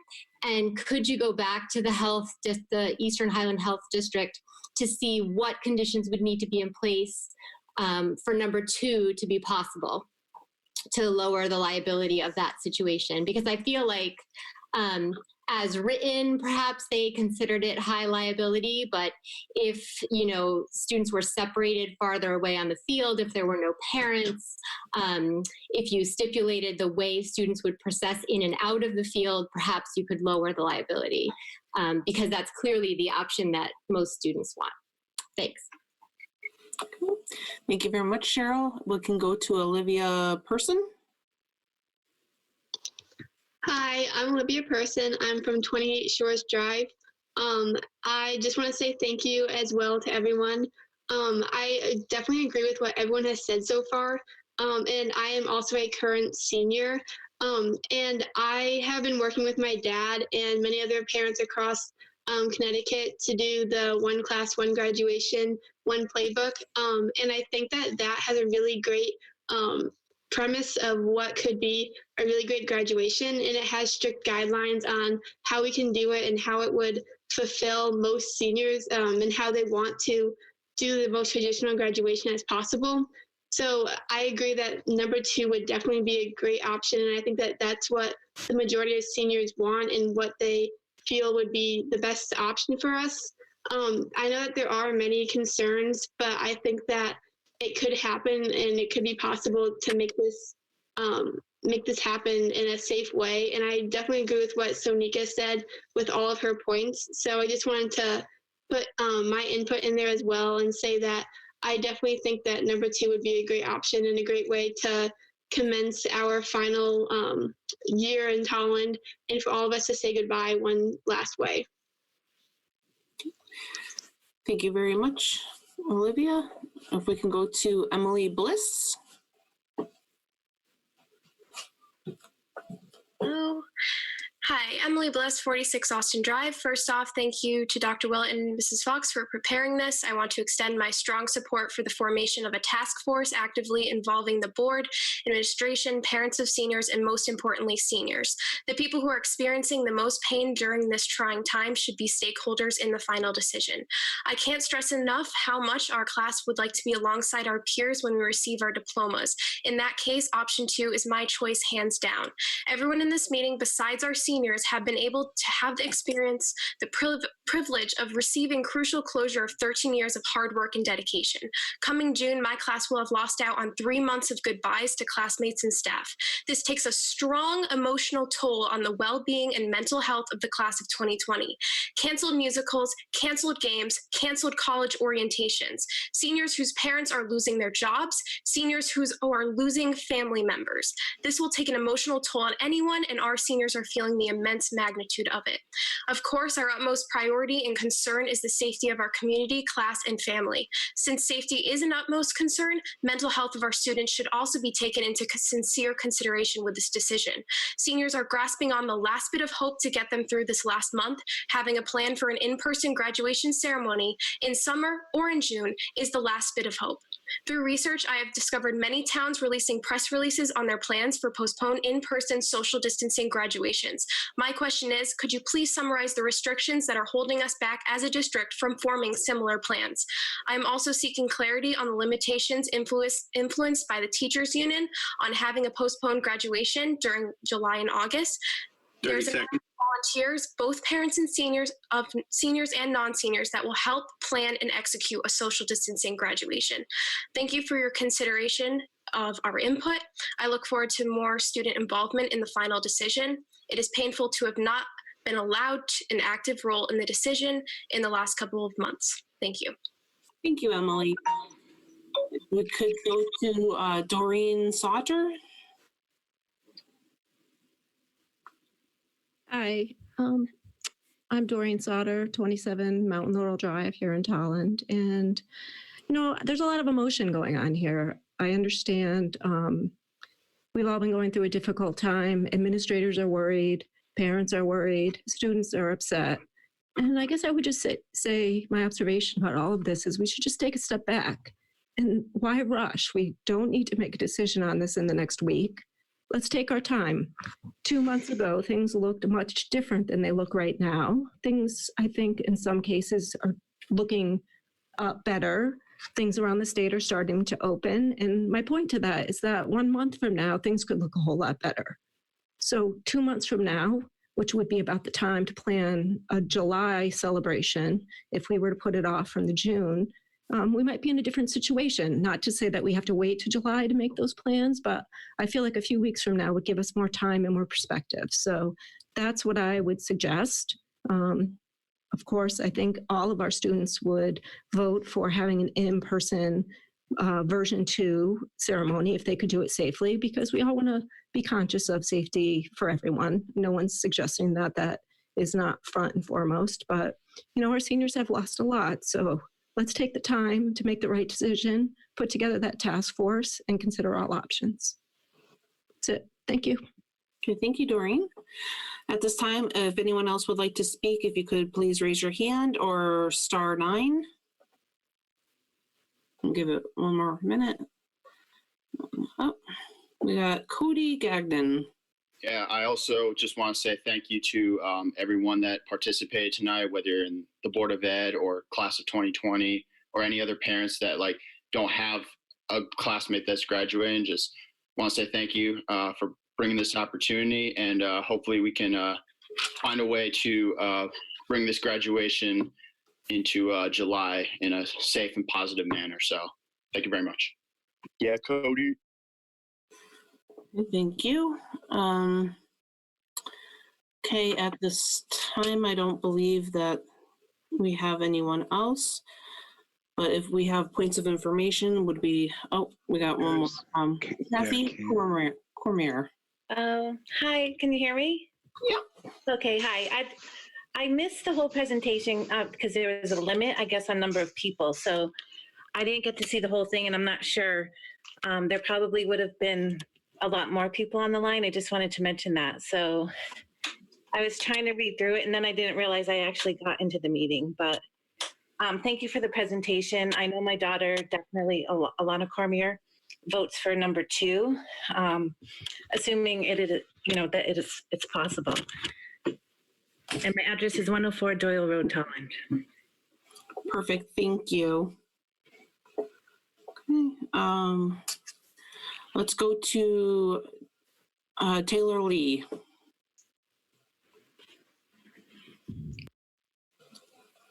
Muted. Taylor, you should be okay.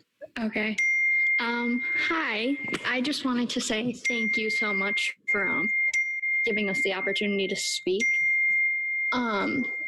So I just wanted to cover the basis of pretty much saying I know a lot of the parents and board members earlier on spoke about their fears of a graduation due to their joined fears of even going out to the grocery store. Well, I kind of see this as something that you need to go out to the grocery store. Obviously, it's required. I believe that us as students throughout this 12-year process of trying to gain our degrees deserve an in-person graduation, such as option 2. I see the other options are definitely reasonable. I just believe that there are ways to work around the high liability that option 2 has.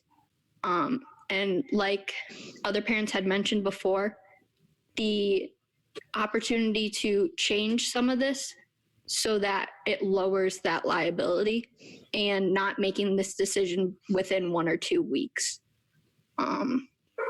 But yeah, that is it. And thank you so much for giving us this opportunity. Perfect. And my address is 76 Pilgrim Drive. Thank you. I was just going to ask. Okay, we already went to Kathy, so let's go to Eric Person again.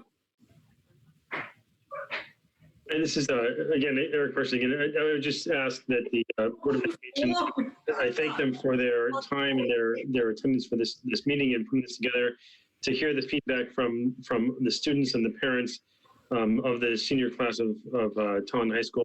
I would just ask again that the Board of Education pause for a short time to allow for the state to make a determination whether they will lift the restrictions on the large gatherings or not.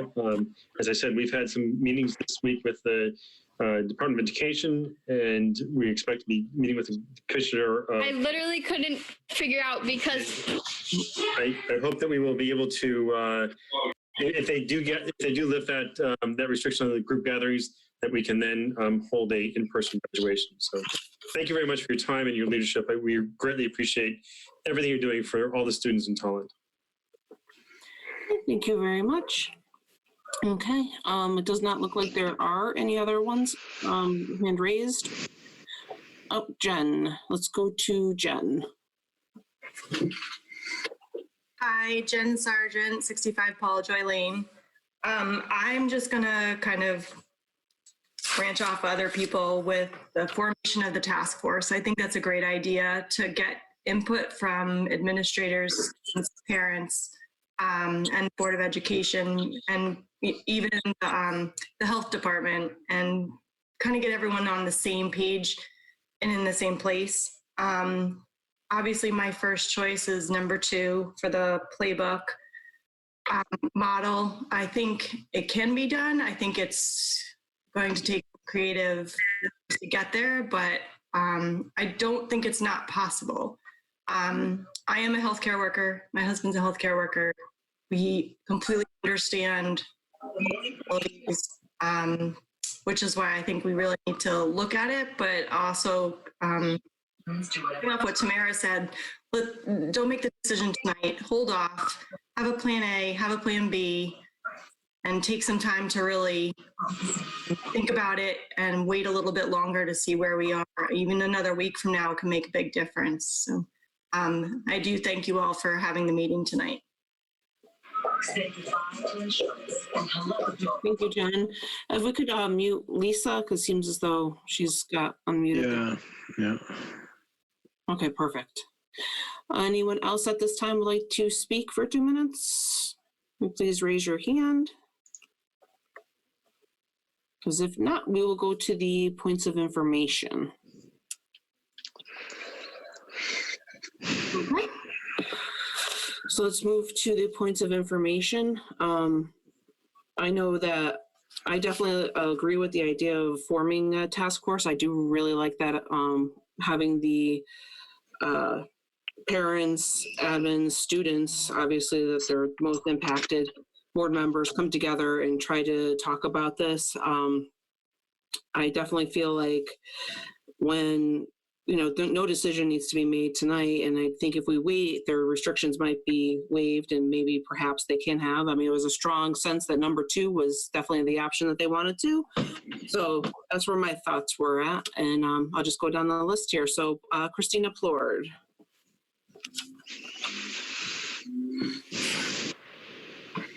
Sorry, it took me a second to unmute there.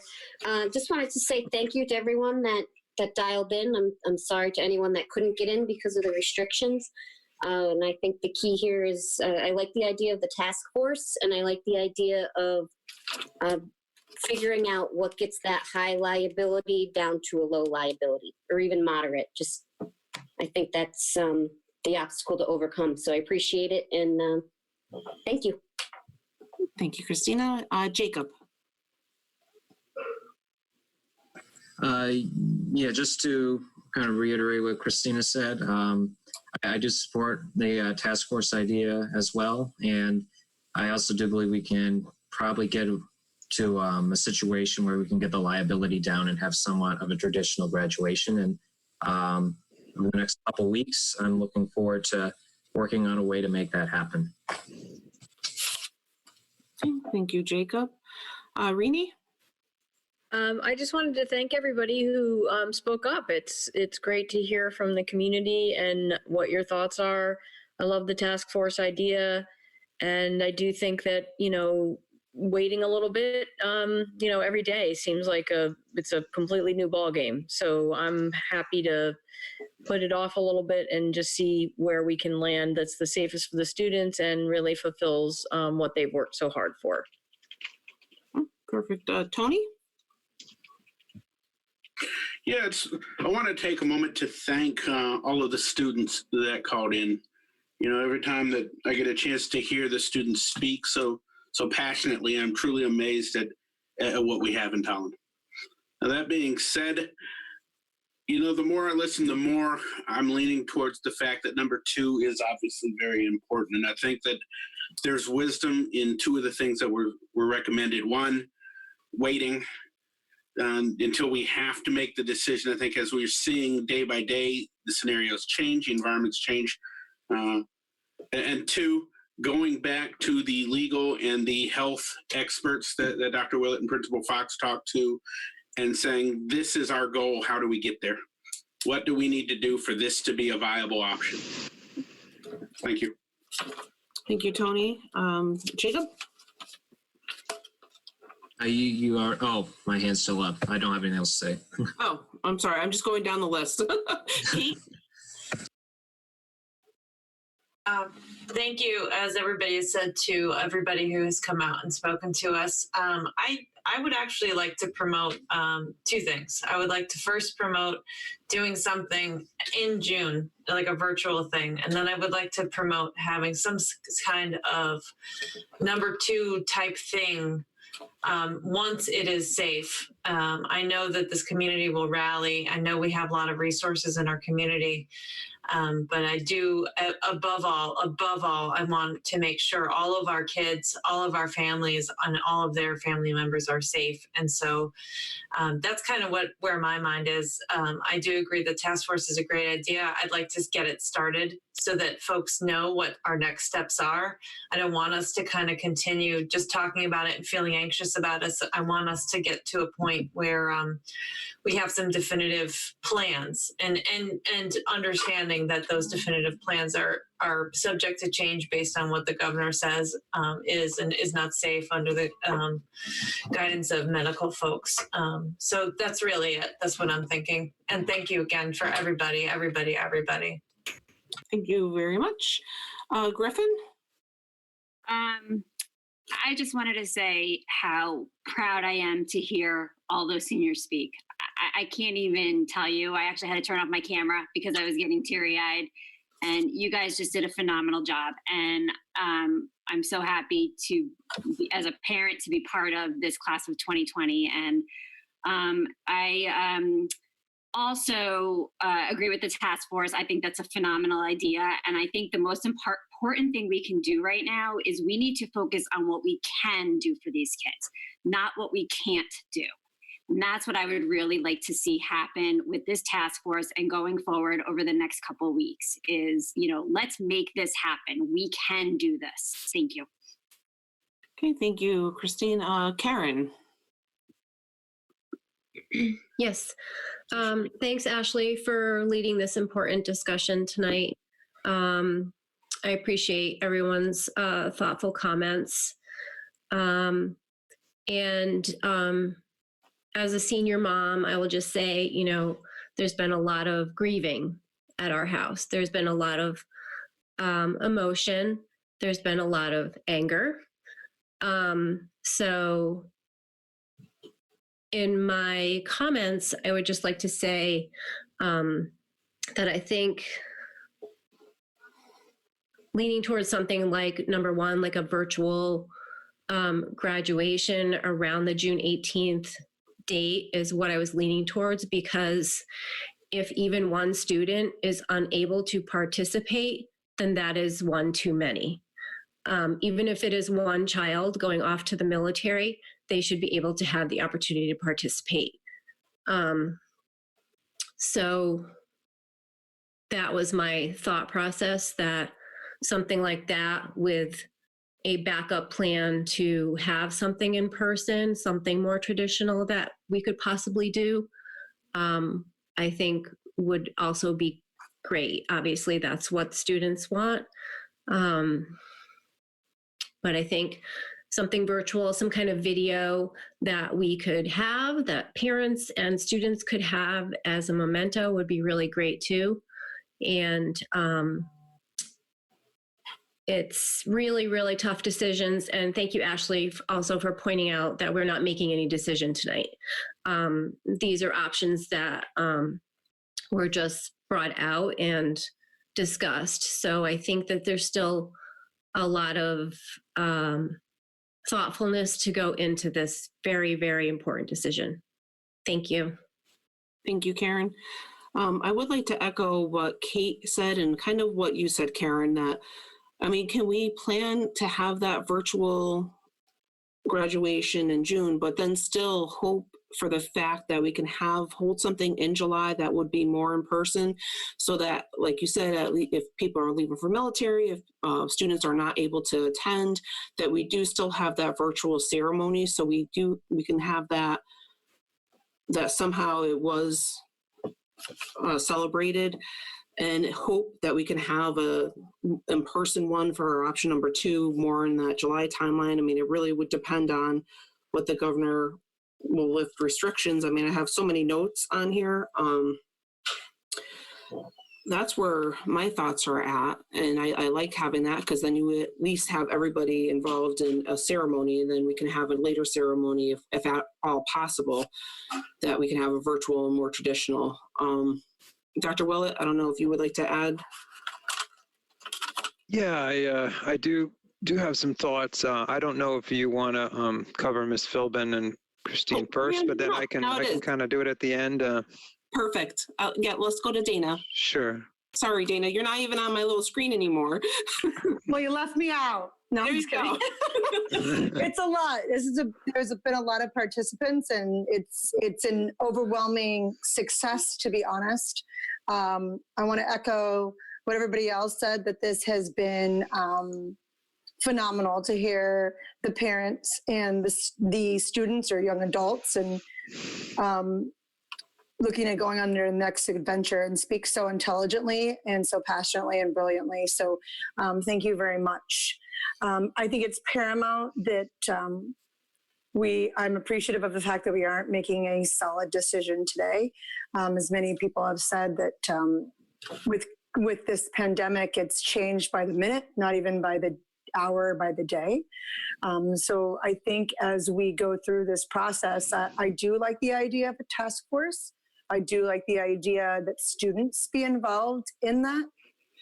I also appreciate getting the information from our educators and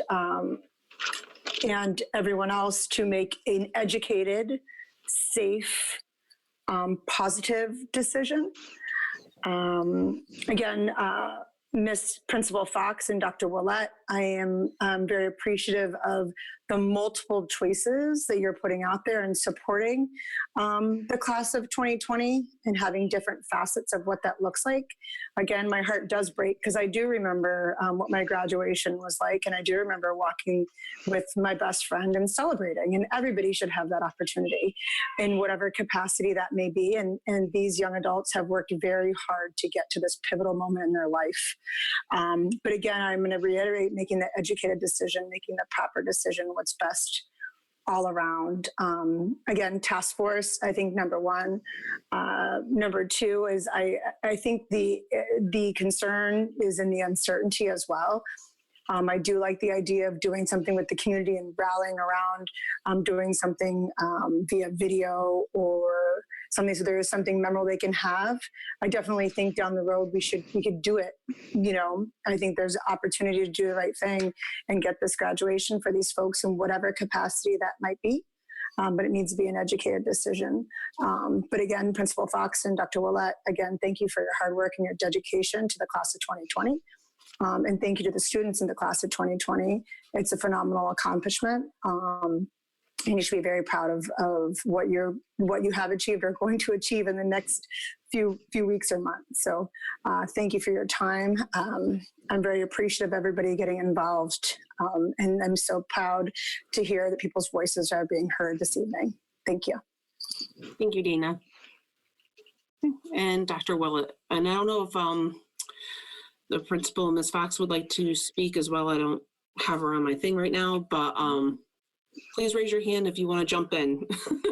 Yeah, I can, and I'll invite Ms. Fox to speak too. But I think the only thing that I want to kind of preface here is it's obviously in a difficult position to be in when you have an upswell of people that really, really badly want something, which is completely understandable. And what I want to just kind of put out there is that it is not a juxtaposition of, that someone who would, present some information contrary to what people, want means that they don't care about the kids. We do care deeply about the young adults and their families. I care deeply about students. I know that Ms. Fox does. Ms. Fox and her team put a lot of work into options, and anything that isn't portrayed, well enough here is all on me, not on them. They've worked very hard. What I would suggest is that, anyone who knows me and knows what I have tried to do with it would know that I asked a lot of questions of EHHD. My hope and my preference was that we could do this in person. And again, to reiterate, the communication I got back was that we're putting people's lives in jeopardy by doing this, which is a difficult thing for us to hear, but that is what is being communicated by the authority on health. And the law, I did not present it in a way that did not try to bend those things and say, what if we wear those masks? What if we do this way? What if we space them What if we, those kinds of things were presented? So it is true that I think waiting a week or so makes some sense because Commissioner Cardona will come out with potential guidelines, and maybe August is something that they will say is got some loosened guidelines, because without the governor loosening these restrictions, we don't have many options. So maybe that would happen, and perhaps August is a time. I think there are some things that would be worth considering with respect to August. There are a certain group of people who couldn't do it, and there are some other thoughts that people would probably want to share about that. And just executing something, it's not that we don't want it to happen. We do. And it's not that we're trying to, or anyone's trying to say no.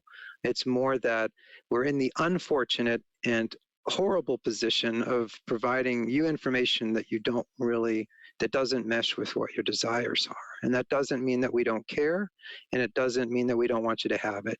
It means that it would be morally and ethically wrong not to tell you this, that this is the information that we've received, and that it would cost, that would have real health impacts, and that we have put a lot of possibilities out there to them, and that information still came back this way.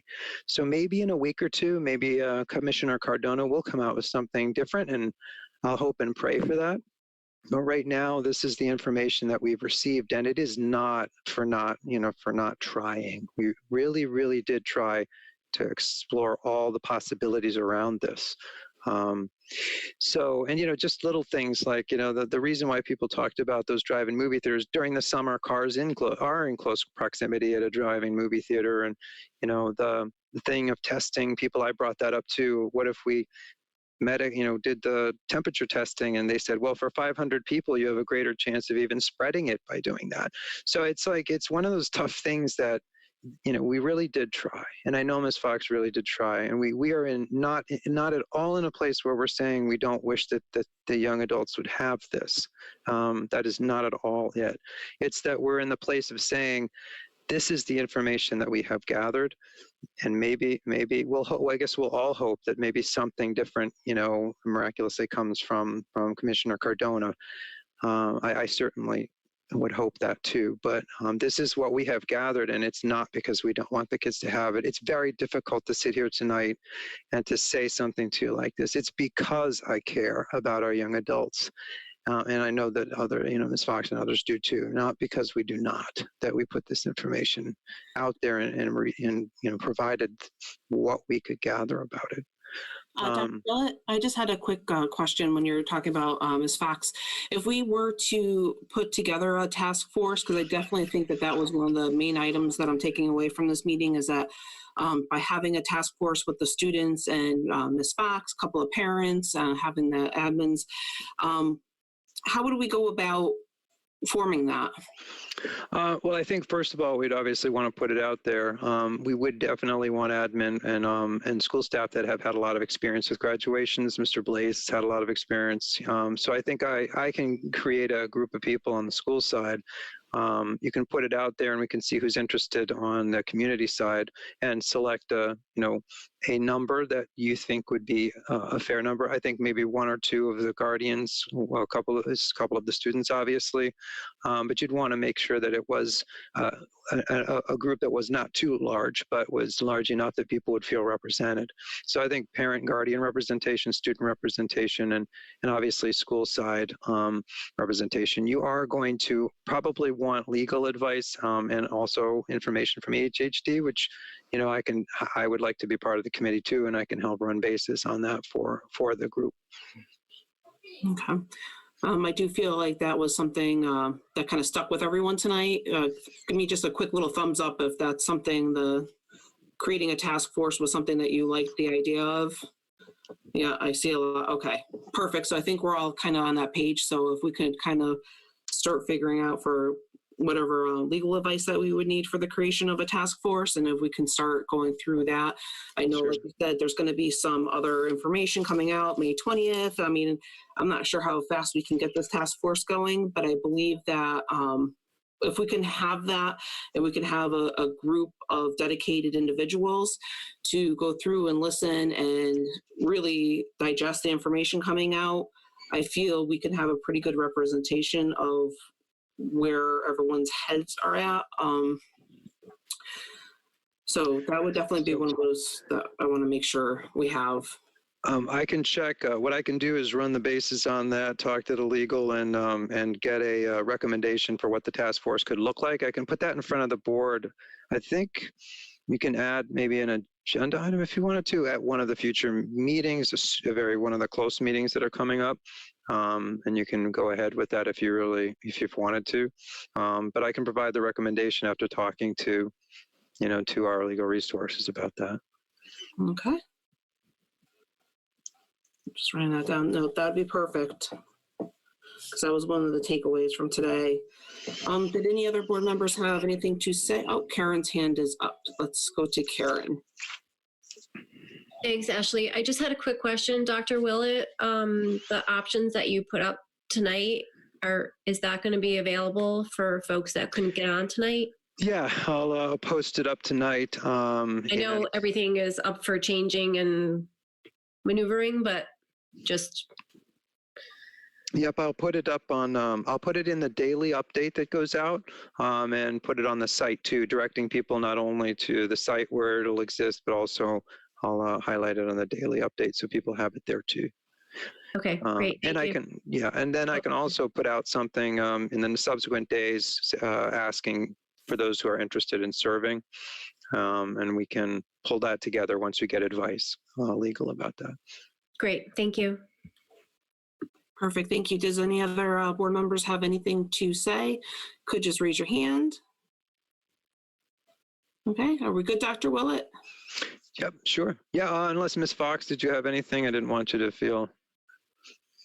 I don't even see Are you her good? anymore. She's here somewhere. There she is. I see her. Are you all set, Ms. Fox? Okay, she's all set. So we're good. Okay, perfect. I will entertain a motion to adjourn. Christina Jacob. Put motion to adjourn. Jacob Murray, second.